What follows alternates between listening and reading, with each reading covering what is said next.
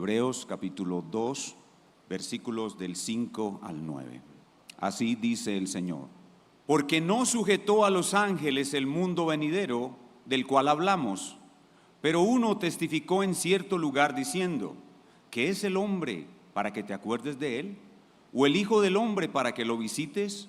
Tú lo hiciste un poco menor que los ángeles, lo coronaste de gloria y de honra, y lo pusiste sobre las obras de tus manos. Todas las cosas sujetaste debajo de sus pies, porque en cuanto le sujetó todas las cosas, nada dejó que no sea sujeto a él. Pero ahora no vemos todavía que todas las cosas le sean sujetas, pero vemos a aquel que fue hecho un poco menor que los ángeles, a Jesús, coronado de gloria y de honra por el padecimiento de la muerte, para que por la gracia de Dios gustara la muerte por todos. Y todo el pueblo responde: amén.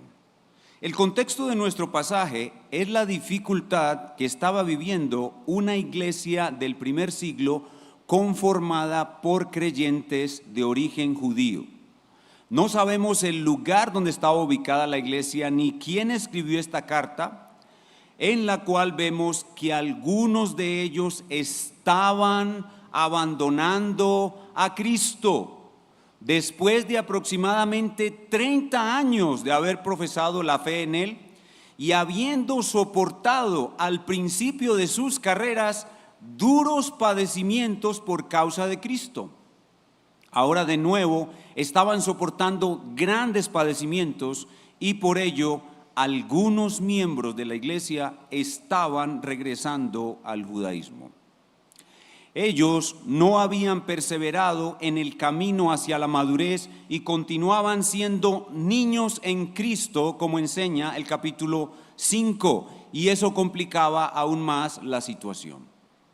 Por lo cual el Espíritu Santo usa este autor para rescatarlos por medio de esta carta. En esta carta el Espíritu Santo mezcla poderosos argumentos doctrinarios con poderosas exhortaciones y terribles amenazas de condenación que los llevan a perseverar en Cristo. Mezcla argumentos y exhortaciones, argumentos y amenazas. El tema de toda la carta en general es: Cristo es superior a todo y a todos. Cristo es superior a todo y a todos. Su primer argumento es acerca de la superioridad de Cristo sobre toda la revelación del Antiguo Testamento. En el capítulo 1, versos 1 al 3, Cristo es la revelación superior de Dios, no el Antiguo Testamento, no los profetas. El Antiguo Testamento anunciaba la purificación de nuestros pecados, pero Cristo realizó dicha purificación. Por lo tanto, mayor es la realización que el anuncio de la misma. Su segundo argumento es que Cristo es superior a los ángeles. Los judíos, y con razón, tenían en muy alta estima a los ángeles. Recuerden que el apóstol Juan, cuando vio un ángel, se postró para adorarlo. Pero aquí el Espíritu Santo les muestra a estos hermanos de origen judío que Cristo es superior también a los ángeles. Capítulo 1, versos del 4 al 14. Cristo tiene un nombre superior a los ángeles. Cristo es divino, tiene una naturaleza superior a la naturaleza angélica. Cristo debe ser adorado por los ángeles, Cristo debe ser servido por los ángeles. Ellos son servidores de Él, de Cristo, y Él es su Rey eterno e inmutable. Cristo es el Creador, ellos son sus criaturas. Cristo está sentado a la diestra de Dios, no hay ningún ángel que ocupe esa posición. Después de esos primeros dos argumentos, luego pasa a ser su primera poderosa y amenazante exhortación a no abandonar a Cristo. Debemos leerla nuevamente. Capítulo 2, versículos del 1 al 4.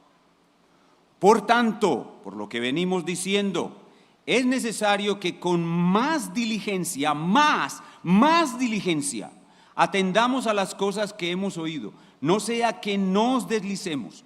Porque si la palabra dicha por los ángeles fue firme y toda transgresión y desobediencia recibió justa retribución, ¿cómo escaparemos nosotros si tuviéramos en poco o descuidamos, dice Reina Valera del 60, una salvación tan grande, la cual, habiendo comenzado a ser publicada por el Señor, nos fue confirmada por los que lo oyeron? Testificando Dios juntamente con ellos con señales y prodigios y diversas maravillas y repartimientos del Espíritu Santo según su voluntad.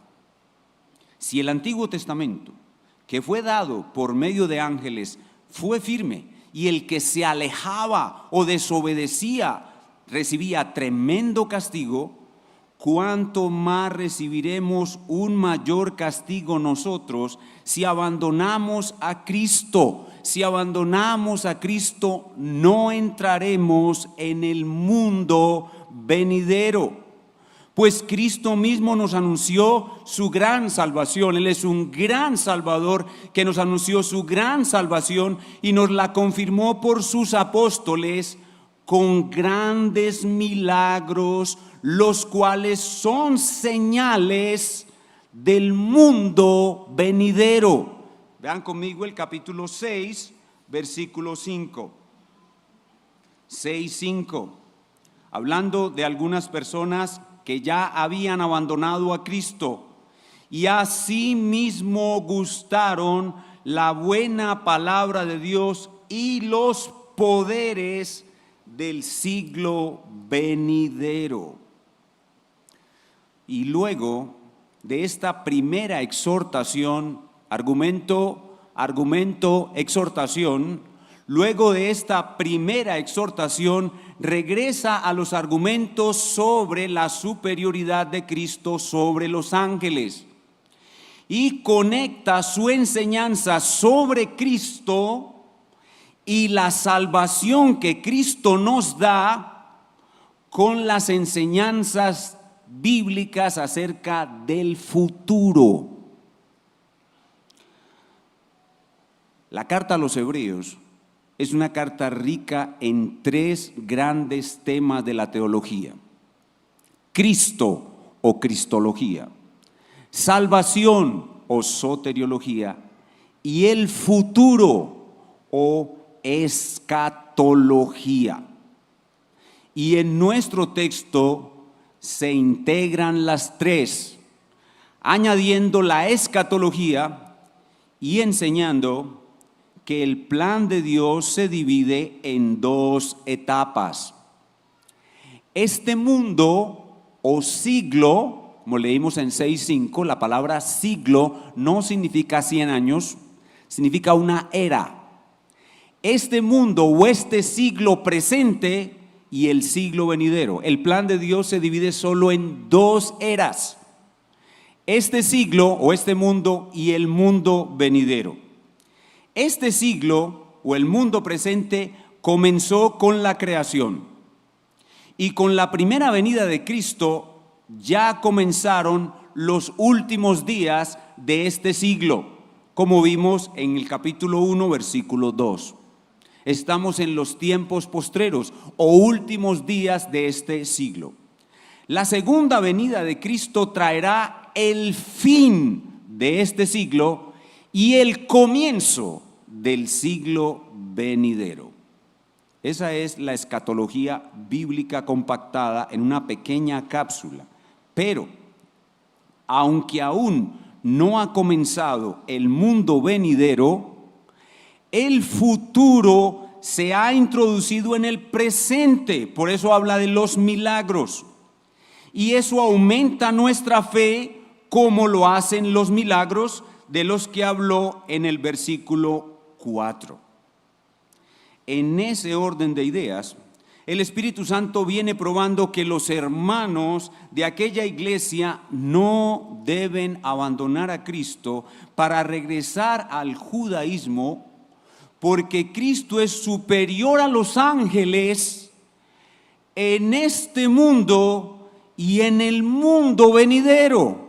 Aunque por un breve tiempo Cristo fue un poco menor que los ángeles como hombre, como enseña el Salmo 8, que ellos perfectamente conocían. Cristo como Dios se ve claramente superior a los ángeles, pero Cristo como hombre, ¿cómo es superior a los ángeles si el Salmo 8 dice que el hombre, y Cristo es hombre, es un poco menor que los ángeles? Ese es el tema de nuestro texto. El tema de nuestro texto es otra razón por la que no debemos descuidar una salvación tan grande: la superioridad de Cristo sobre los ángeles en todos los tiempos, en el mundo presente y en el mundo venidero, a pesar de que por un poco de tiempo en el mundo presente Cristo fue menor que los ángeles. La voy a volver a repetir. Otra razón por la que no debemos descuidar una salvación tan grande: la superioridad de Cristo sobre los ángeles en todos los tiempos, en el mundo presente y en el venidero, a pesar de que por un poco de tiempo en el mundo presente Cristo fue un poco menor que los ángeles. Y el título que le hemos dado a nuestra enseñanza esta mañana es las dignidades en el mundo venidero. Entiéndase por dignidad, posición de honra, posición de honor. Las dignidades en el mundo venidero. Hermanos, si ustedes abandonan a Cristo, no entrarán en el mundo venidero. Pero si perseveran en Cristo, tendrán una dignidad en el mundo venidero. Eso es lo que les dice a sus oyentes. Y en nuestro pasaje hay tres verdades en las que se comparan las dignidades de Cristo y de los ángeles en el mundo presente y el mundo venidero. Tres verdades en las que se comparan las dignidades de Cristo y de los ángeles en el mundo presente y en el mundo venidero. Número uno, una dignidad inferior, la de los ángeles con respecto a Cristo en el mundo venidero. Ese es el versículo 5. Una dignidad inferior. Número dos, una dignidad superior e inferior, la de Cristo con relación a los ángeles en el mundo presente. Esos son los versículos 6 al 8. Y número 3, una dignidad superior, totalmente superior, la de Cristo en todos los tiempos, en el mundo presente y en el mundo venidero. Ese es el versículo 9. Entonces, tres cosas: una dignidad inferior, una dignidad superior e inferior y una dignidad totalmente superior. ¿Notan que hay como una progresión? Hay un orden progresivo en la estructura del pasaje. Si nos ubicamos en la máquina del tiempo, estamos en el siglo I después de Cristo. Y este es un pasaje gloriosa y poderosamente cristocéntrico. Aquí podemos decir no solamente que Cristo es superior a todo y a todos, sino en todo tiempo. O sea que la superioridad de Cristo se eleva aún más. Veníamos diciendo que Cristo es superior a todo y a todos, y ahora añadimos Cristo es superior en todo tiempo. Y este pasaje es muy aplicable a nosotros en el siglo XXI, porque nosotros también estamos en peligro de no perseverar. Y nosotros también debemos perseverar hasta la muerte en Cristo para demostrar que hemos recibido por gracia el derecho a entrar en el mundo venidero. Veamos la primera de estas verdades: una dignidad inferior. La dignidad inferior a Cristo, la que tienen los ángeles, en el mundo venidero. Esa es la primera verdad que hay en el pasaje. Y es la declaración sencillita del versículo 5. Vean conmigo el verso 5. Dice, porque, o sea, otra razón por la cual no debemos descuidar una salvación tan grande, porque no sujetó a los ángeles el mundo venidero del cual venimos hablando. ¿Cuándo comenzó a hablar del mundo venidero? Cuando mencionó los milagros del verso 4. Entonces aquí en el verso 5, ¿qué tenemos? Tenemos una declaración muy sencilla, porque, razón conectada con lo anterior, Dios no sujetó a los ángeles el mundo venidero. El papel de los ángeles en el mundo venidero es inferior y diferente al papel que los ángeles tienen en el mundo presente. Vean conmigo Daniel capítulo 10, versículo 13. Daniel capítulo 10, versículo 13. Los ángeles son poderosos e inteligentes y tienen poderes sobre la creación que el hombre actualmente no tiene. Daniel 10:13. Mas el príncipe del reino de Persia se puso contra mí 21 días, y he aquí Miguel, uno de los principales príncipes, vino a ayudarme, y yo quedé allí con los reyes de Persia. Un ángel le está diciendo a Daniel cómo fue que él vino a hablar con él después de que Daniel comenzó a orar. Y ahí podemos ver en ese pasaje que los ángeles tienen un papel muy protagónico en este mundo presente. Son llamados príncipes. Príncipes, por ejemplo aquí el príncipe de Persia, un príncipe de una nación, como si ellos gobernaran el mundo presente. Así que los ángeles tienen un altísimo honor y un papel muy importante en este mundo presente. Pero la primera verdad de nuestro pasaje es que el mundo venidero no fue sujetado a ellos. El mundo venidero fue sujetado a Cristo. Y ojo, el mundo venidero fue sujetado a Cristo, como también fue sujetado a Cristo el mundo presente. Y esa es la segunda verdad que vemos en el texto. La segunda verdad es una dignidad superior e inferior. Una dignidad superior en un sentido e inferior en otro sentido tiene Cristo sobre los ángeles en el mundo presente.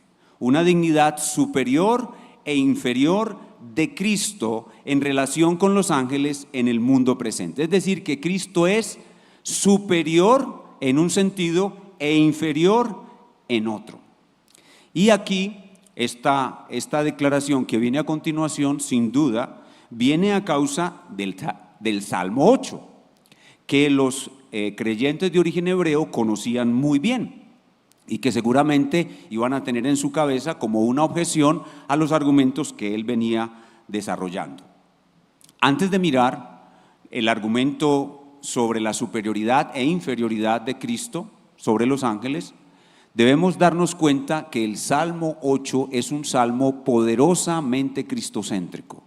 Cuando vimos en los argumentos acerca de la superioridad de Cristo sobre los ángeles, el pastor Alejandro nos mostró la poderosísima interpretación cristocéntrica que el autor de Hebreos hace de todo el Antiguo Testamento. Bueno, el Salmo 8 no es la excepción.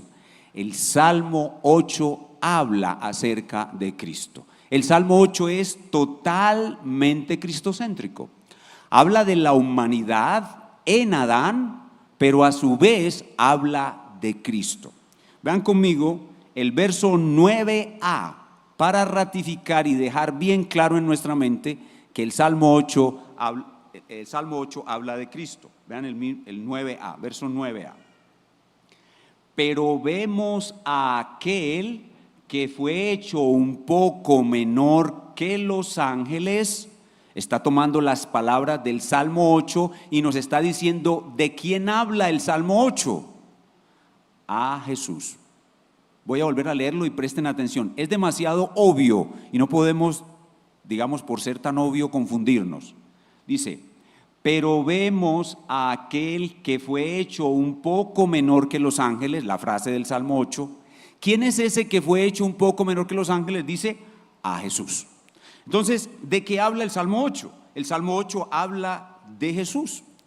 Y él toma una porción del Salmo 8 y la trae en su argumento y mantiene la misma estructura que tiene esa sección del Salmo 8, que es una estructura A, B, A.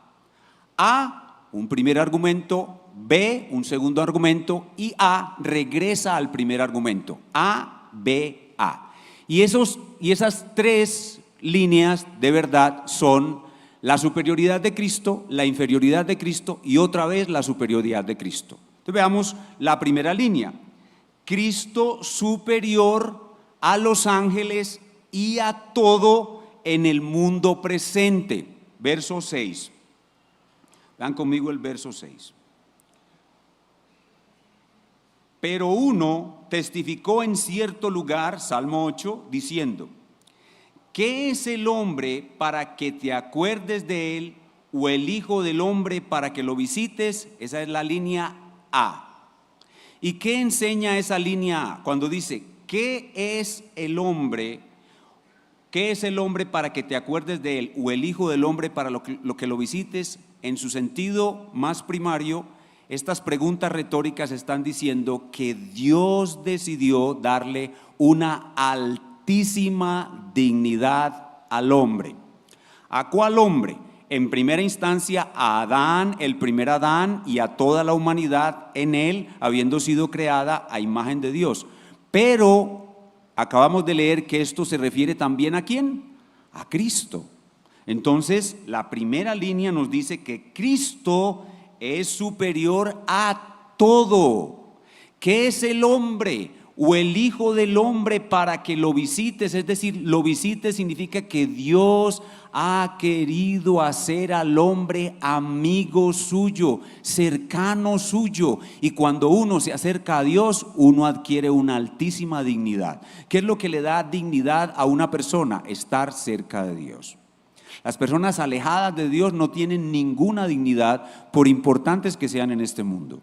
Las personas que tienen dignidad son las que están cerca de Dios. La visita de Dios al hombre, que se corresponde con haberlo hecho a la imagen de Dios, le da al hombre, a Cristo y a Adán, la más alta dignidad de toda la creación. Ahí aparece Cristo superior a los ángeles por primera vez.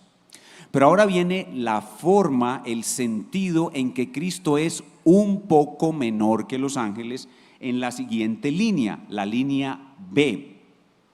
Dice la primera parte del verso 7: tú lo hiciste un poco menor que los ángeles. Y esa es la expresión que causa duda en los hebreos. Vemos aquí que Cristo es en un sentido un poco menor que los ángeles, y es obvio, al hacerse humano en los días de su encarnación, Cristo es inferior a los ángeles. Pensemos en un bebé en un pesebre y los ángeles allí adorándolo. O sea que esta debilidad o inferioridad transitoria de Cristo era absolutamente necesaria para poder recuperar la dignidad y la superioridad de su pueblo sobre todo. Entonces, en un sentido, desde la creación, imagen de Dios, Cristo es superior a todo y a los ángeles. En otro sentido, en su encarnación y por un corto periodo de tiempo, en su debilidad humana, Cristo es un poco inferior a los ángeles, pero vuelve al B, al argumento inicial, y coloca de nuevo al hombre o a Cristo como superior otra vez a los ángeles y a todo. Verso 7, después del punto de la coma: lo coronaste de gloria y de honra y lo pusiste sobre las obras de tus manos. Todas las cosas sujetaste debajo de sus pies. porque en cuanto le sujetó todas las cosas, nada dejó que no sea sujeto a él. Hasta ahí, hasta el punto y coma. Entonces pueden ver la forma como este autor muestra la superioridad, la inferioridad y otra vez la superioridad. La superioridad como imagen de Dios sobre toda la creación, ahí es superior a los ángeles. La inferioridad como hijo de hombre encarnado en su debilidad, y luego otra vez la superioridad. Es como una especie de sándwich que lo que está haciendo es un énfasis muy grande en que Cristo, aunque fue inferior a los ángeles en los días de su encarnación, Cristo era superior a los ángeles aún como hombre y aún en los días de su encarnación, porque los ángeles lo adoraron. Él era inferior en un sentido, pero seguía siendo superior, y por eso los ángeles lo adoraron, porque está escrito: el mayor servirá al menor. El mayor servirá al menor. Aunque Cristo era inferior en un sentido, Él era superior en otro, y por esa razón los ángeles lo adoraron. Y de esta manera queda resuelta la duda que generaba el Salmo 8 en aquellos oyentes hebreos. Y se abre paso otra duda. Si el mundo presente está sujeto a Cristo, ¿por qué todavía hay tanto mal? Veamos la segunda parte del versículo 8. Pero ahora no vemos todavía que todas las cosas le sean sujetas. Ahí viene otra duda. Pero no vemos todavía que todas las cosas le sean sujetas, a pesar de que Dios ya sujetó todas las cosas bajo los pies de Cristo. No vemos todavía que todas las cosas le sean sujetas. Y es que se requiere de la fe que no tenían estos creyentes hebreos. Se requiere de la fe para entender el gobierno de Cristo en el mundo presente. El gobierno de Cristo en el mundo presente no lo vemos por la vista, pero lo vemos por la fe. Y eso nos conduce a la tercera verdad que hay en nuestro pasaje. Ya vimos una dignidad inferior, la de los ángeles en el mundo venidero. Vimos una dignidad superior e inferior, la de Cristo con relación a los ángeles en el mundo presente. Y ahora veamos una dignidad superior, la de Cristo totalmente y absolutamente sobre los ángeles y sobre todo en el mundo presente y en el mundo venidero. Veamos el versículo 9a. Dice: pero vemos, noten el contraste, no vemos que las cosas le sean sujetas, porque si no tenemos fe, no vemos. Pero vemos por la fe aquel que fue hecho un poco menor que los ángeles. Hace alusión de nuevo a los días de su encarnación, a Jesús. Después de que pasan los días de su encarnación y termina su obra perfecta, lo vemos coronado de gloria y de honra. Y nos dice la causa, el cómo adquirió esa grandeza y esa superioridad y esa dignidad absoluta y de todos los tiempos. La adquirió por el padecimiento de la muerte. Y nos dice el propósito de esa muerte: para que por la gracia de Dios gustara la muerte por todos, para producir la salvación, para producir el mundo venidero. Así que vemos por fe, no por vista, porque todavía el mal está presente, pero sí por fe. Vemos a aquel que fue hecho un poco menor que los ángeles, vemos su resurrección. Vemos su ascensión, vemos su coronación y vemos su dominio universal.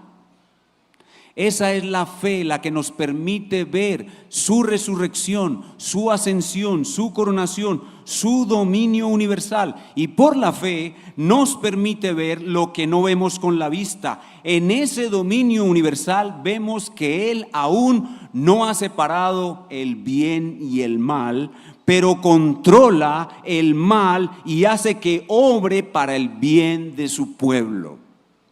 No vemos el gobierno presente de Cristo por la vista, pero por la fe sabemos que Él gobierna este mundo en forma paradójica.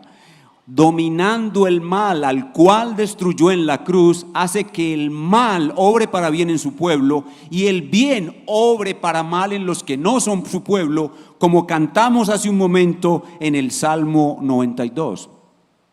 Y así se vive por fe. Y al final del versículo 9 nos dice cómo adquirió esa tan grande gloria por sus padecimientos, y por eso es que Él tuvo que ser un poco menor que los ángeles para poder padecer. Es por su padecimiento por medio del cual gustara la muerte, es decir, la padeciera en pleno. Fue necesario que Él fuera un poco menor que los ángeles para que pudiera padecer en pleno la muerte, la cruz. Y esa cruz fue la que le dio tan grande gloria, la gloria superior a todos en el mundo presente y en el mundo venidero. La cruz hizo grande al hombre Jesús. La cruz hizo grande al hombre Jesús. Él es superior a todo y a todos en el mundo presente y en el mundo venidero. Vean conmigo Isaías 53:12. Isaías 53:12.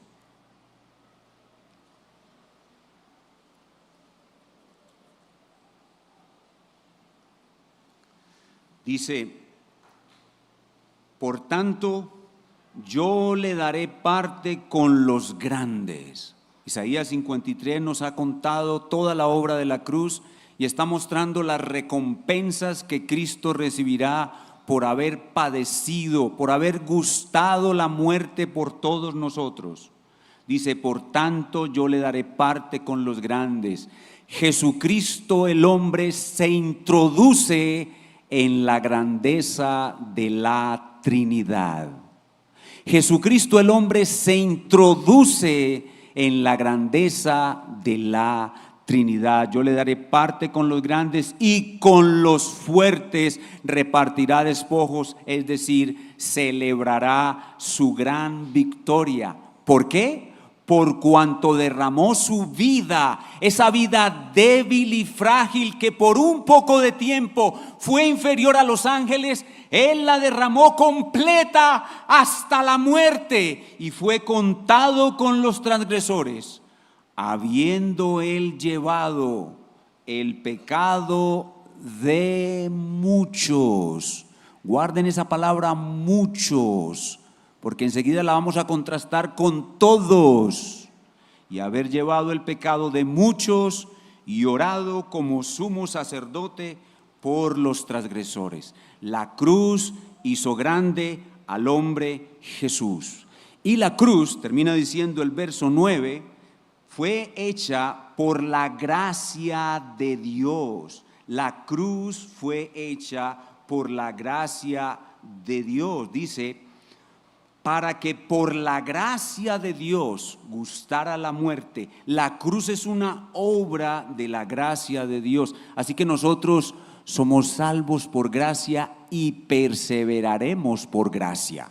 No es un esfuerzo nuestro, aunque tenemos que esforzarnos, pero es una obra completa de la gracia. La gracia trae la perseverancia, pero nosotros debemos demostrarla hasta el final. Si no la demostramos hasta el final es porque nunca la tuvimos. La cruz entonces es un regalo de la gracia de Dios. La cruz es lo que hace grande a Jesús sobre todo y sobre todos en todo tiempo. Y la cruz salva a todos, que son muchos. A todos, que son muchos. La palabra todos no significa todos los seres humanos sin excepción. En el contexto es todos los que creemos en Él, o muchos, como enseña claramente un poco más abajo el verso 10. Vean conmigo el verso 10. Porque convenía a aquel por cuya causa son todas las cosas y por el cual todas las cosas subsisten, habiendo de llevar a muchos hijos a la gloria. Ese muchos se conecta con el todos del verso 9. Habiendo de llevar muchos hijos a la gloria, perfeccionará por aflicciones al autor de la salvación de ellos. Así que con todo esto y mucho más que viene en la carta, los hermanos de aquella iglesia del primer siglo debían esforzarse en perseverar en Cristo, no abandonar a Cristo y demostrar que por gracia habían recibido el derecho a entrar en el mundo venidero.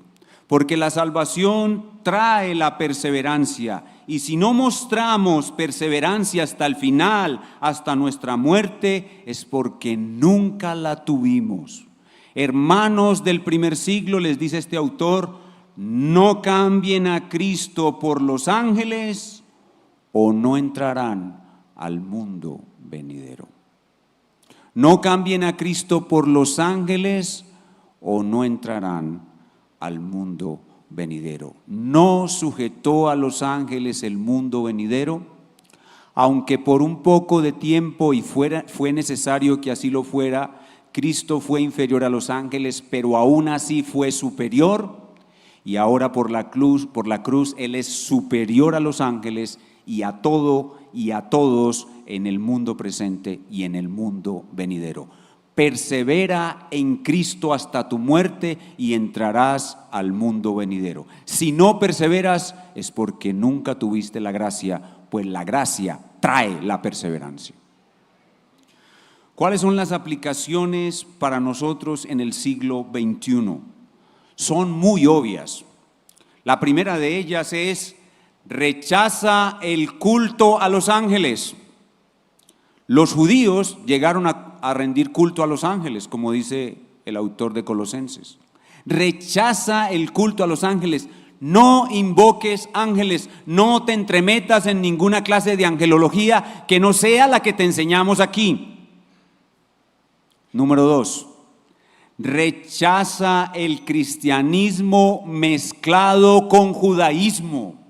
Hermanos amados, venimos gritando y desgarrando nuestras gargantas desde la carta a los Gálatas. Desde Gálatas, luego Colosenses, las 3 pastorales y ahora Hebreos.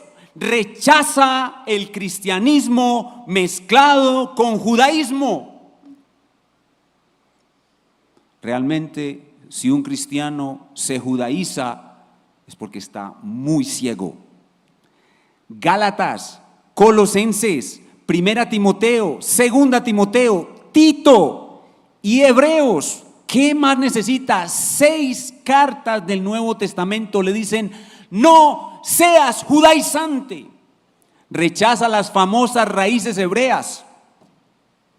Ahora por la internet te sale un videíto y te dice que si tú eres verdadero cristiano y no invocas el nombre de Jesús en hebreo, no eres un verdadero cristiano. Mentiras, engaño de los hijos de la serpiente. La palabra de Dios, así dice el Señor, rechaza el judaísmo, el cristianismo mezclado con judaísmo. Recházalo. Número 3. Lo mismo que el autor de Hebreos les dijo a los oyentes originales, les digo yo a ustedes. Así dice el Señor: no abandones a Cristo hasta tu muerte por ninguna aflicción o persecución.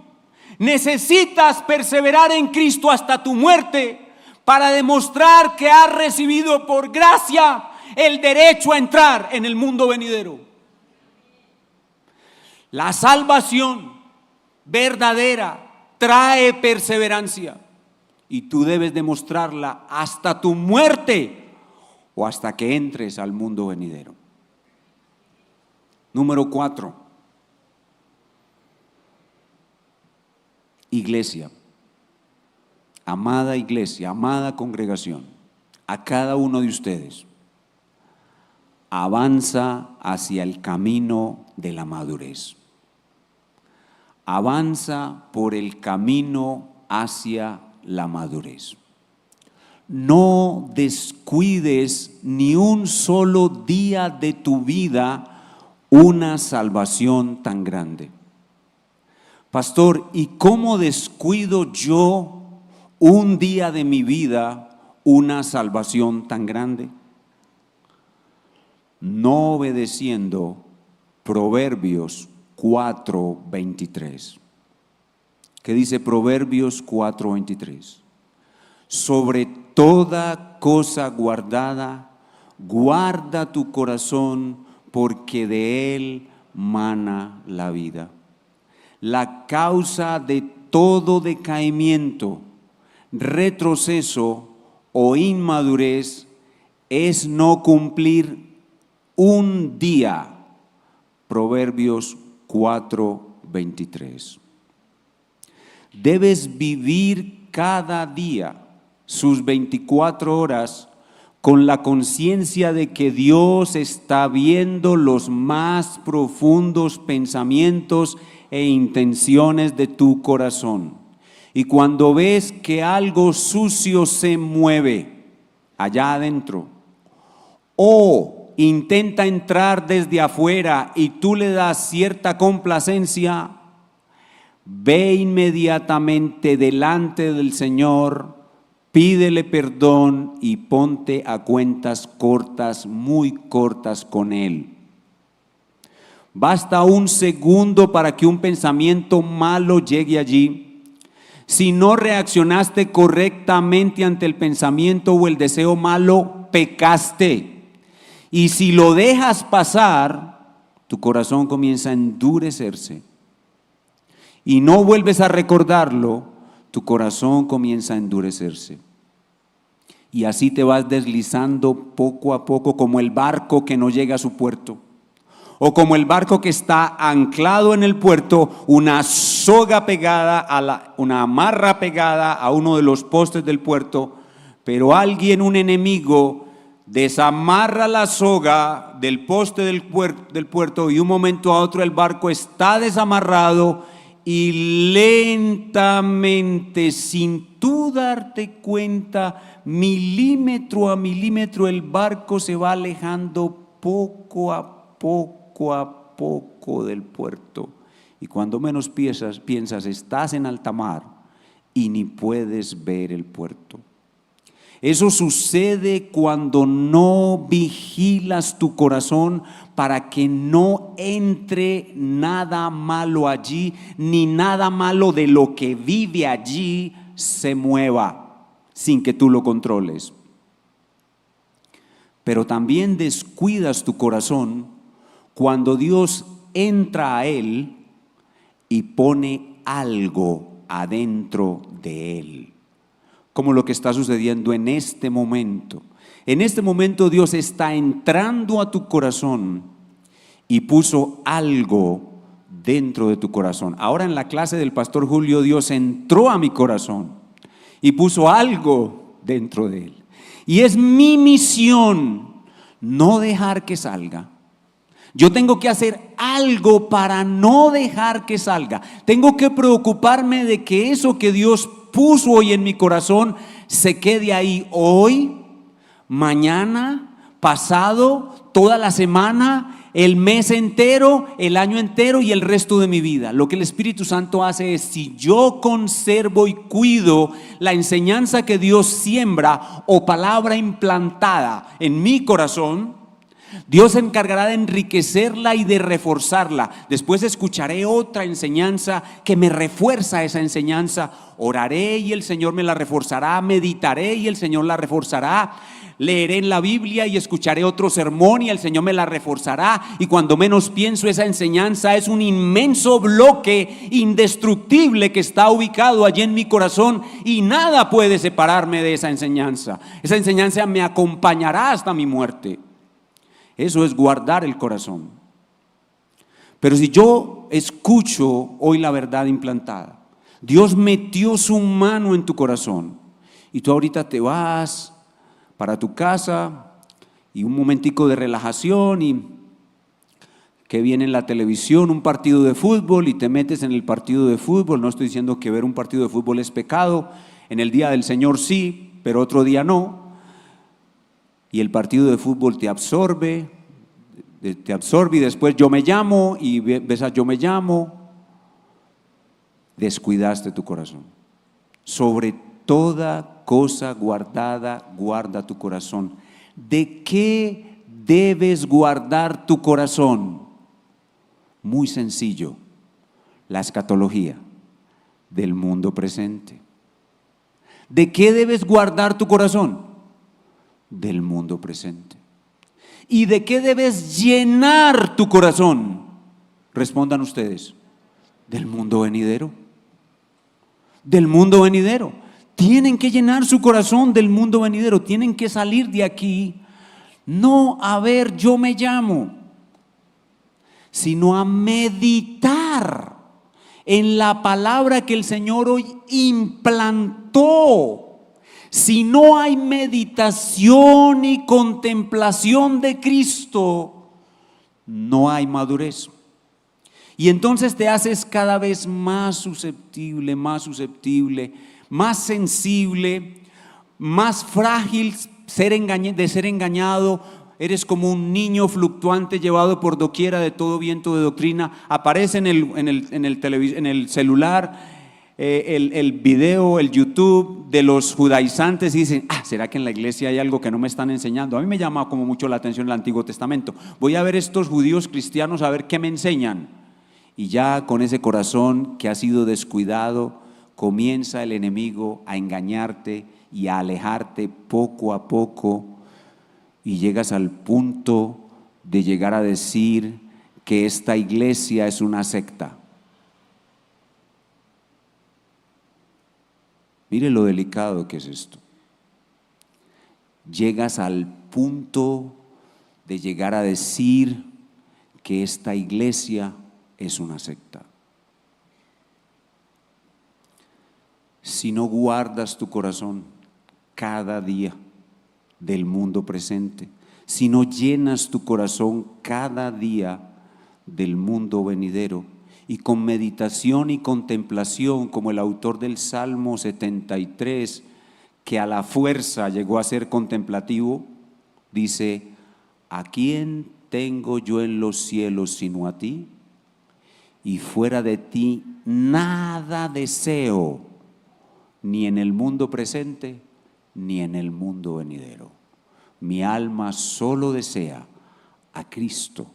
El único deseo verdaderamente noble es Cristo. Lo demás no tiene dignidad, lo demás no tiene valor, todo lo demás es vanidad de vanidades, todo es vanidad. Lo único que tiene dignidad y merece ser deseado es Cristo. El alma debe llegar a la meditación, a la contemplación, al éxtasis en Cristo, porque solo Él tiene dignidad suprema en el mundo presente y en el mundo venidero.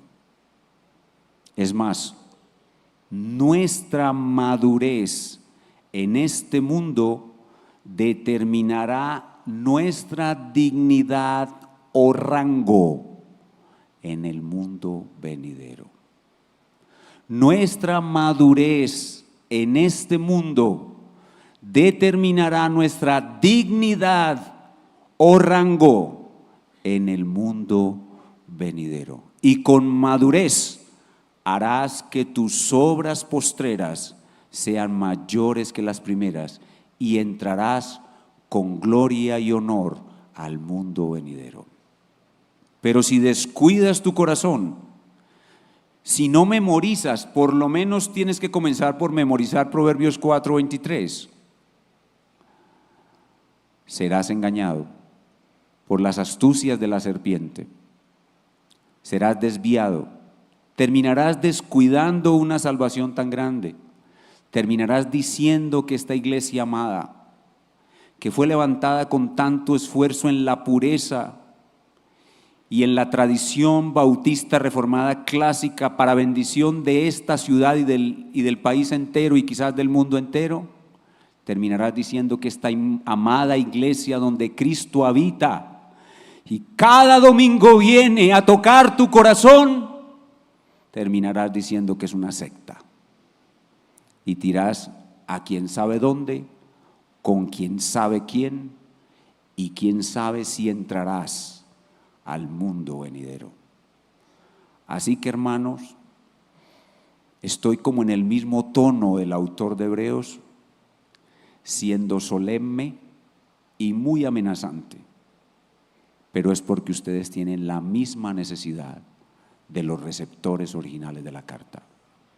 Perseverar hasta la muerte para demostrar que recibieron por gracia la salvación que nos llevará seguros al mundo venidero. Y algún amigo que nos visita hoy, nuestros amigos o nuestros jóvenes y nuestros niños, amigo, joven, niño, esfuérzate por entrar al mundo venidero. La puerta del mundo venidero es muy estrecha, por allí no caben tus pecados ni tampoco tu orgullo. Aborrece tus pecados, aborrece tu orgullo y ven a Cristo, porque no habrá mundo venidero, sino un lago de fuego que arde con azufre para los que no reconocen su pequeñez y su indignidad, su miseria y su inmundicia en el mundo presente.